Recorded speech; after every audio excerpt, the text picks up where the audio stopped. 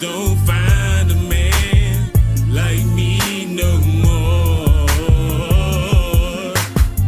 I'm sick of wondering where you are.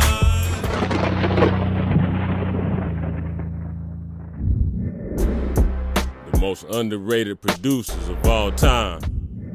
In the early 90s, the West Coast sound really began to dominate the airwaves. Not to mention the state of California has spawned the careers of some of the greatest producers in the game, such as Dr. Dre, DJ Quick, Warren G, Daz Dillinger, and countless others. We also have to shout out DJ Battlecat, who more than likely deserves his own episode. Today, we pan our attention to Northern California, specifically the Bay Area, with artists like the late Mac Dre, R.I.P., and also E40, Be Legit, Rappin' Forte, Mac Mall, Celly Cell, San Quinn, JT the Bigger Figure, and several others. The city of Oakland produced some of the most memorable names like Too Short, Spice One, The Loonies, Drew Down, MC Hammer, and even the late Shock G, R.I.P.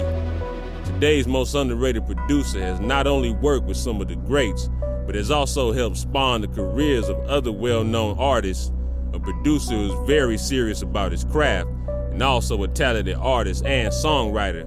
We can't talk about Oakland hip-hop and not mention the almighty E.A. Ski.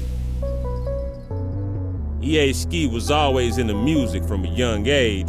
His parents would often play classic R&B and soul records like The Dramatics, James Brown, and more. He cites Run DMC as one of his major influences to start making his own music, but surprisingly, music wasn't his first career choice. From the age of 7, it was actually martial arts that would become E.A. Ski's first love. This would lead to a career in the sport, traveling the world doing martial arts competitions, and even becoming a world champion fighter, and also participating at the 1988 Olympics in Seoul, South Korea. You know, I want to be a martial artist. You know, I want to be in the martial arts. And, you know, I admired, I first admired Jim Kelly, and, then I got into Bruce Lee, watching all those movies coming up, so that was one of the biggest things I wanted to do, was be in the martial arts.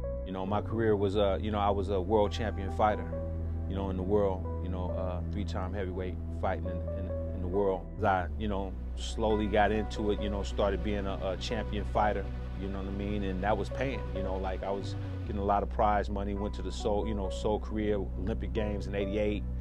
So, a lot of this stuff is, was just me being dedicated towards martial arts. The passion for his craft, the discipline it takes to be a fighter, let alone a champion, would lead for a seamless transition to music. E.A. Ski started doing talent shows like a lot of upcoming artists, which eventually led to him doing his own independent records. After seeing success as a local artist, he would eventually send demos to multiple record labels.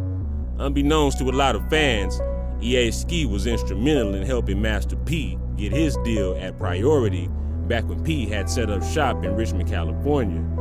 At the time, E.A. Ski had his own company called ESC Productions. P was just getting started with No Limit.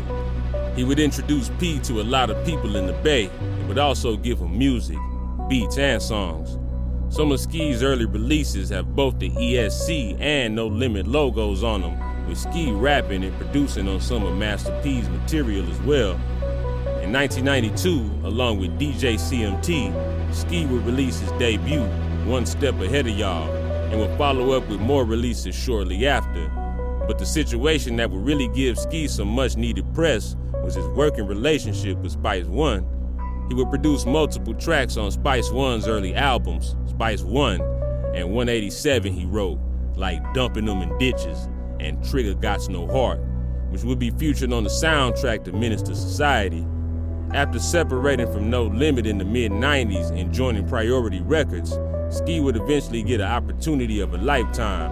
One of his most popular songs, called Blast If I Have To, would be featured in the classic 1995 Ice Cube film, Friday, a personal favorite.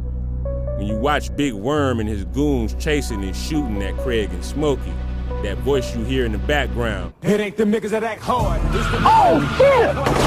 It's the ones to put the slug in your ass and tell your ass to Smooth but deadly backdrop, that's EA Ski. He also produced Player Hater for the Loonies, a big record for them off the Operation Stackola album. Ski would continue releasing his own material, as well as working with other well-known artists like Mr. Mike, Crime Boss, Ice-T, Cam, J.O. Felony, Ice Cube, and also would jam with Dr. Dre in the early Aftermath days. After disbanding from Priority and signing to Relativity, EA Ski would release one of his biggest jams from his Earthquake album called Showdown, featuring Montel Jordan.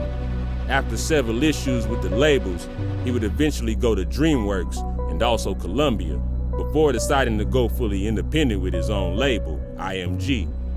He would continue dropping music, working with legendary San Francisco rapper San Quentin, and also Alan Anthony, a talented R&B artist from Frisco.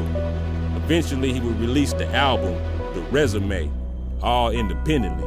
He has also worked with the likes of King T, Messy Marv, Too Short, Tech Nine, Freeway, and several others. EA Ski continues to release music to this day. To this day! Directly from his own website, easki.com, as well as drum packs for any producer out there who wants to step up their drum game. He also is a mentor to several artists and producers, going live directly from his YouTube channel almost every day. Ski continues to give out game to producers, constantly reminding everybody that sound matters.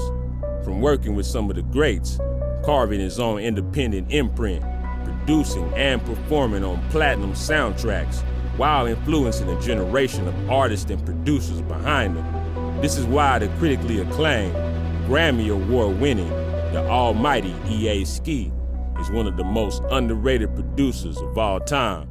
Stay solid.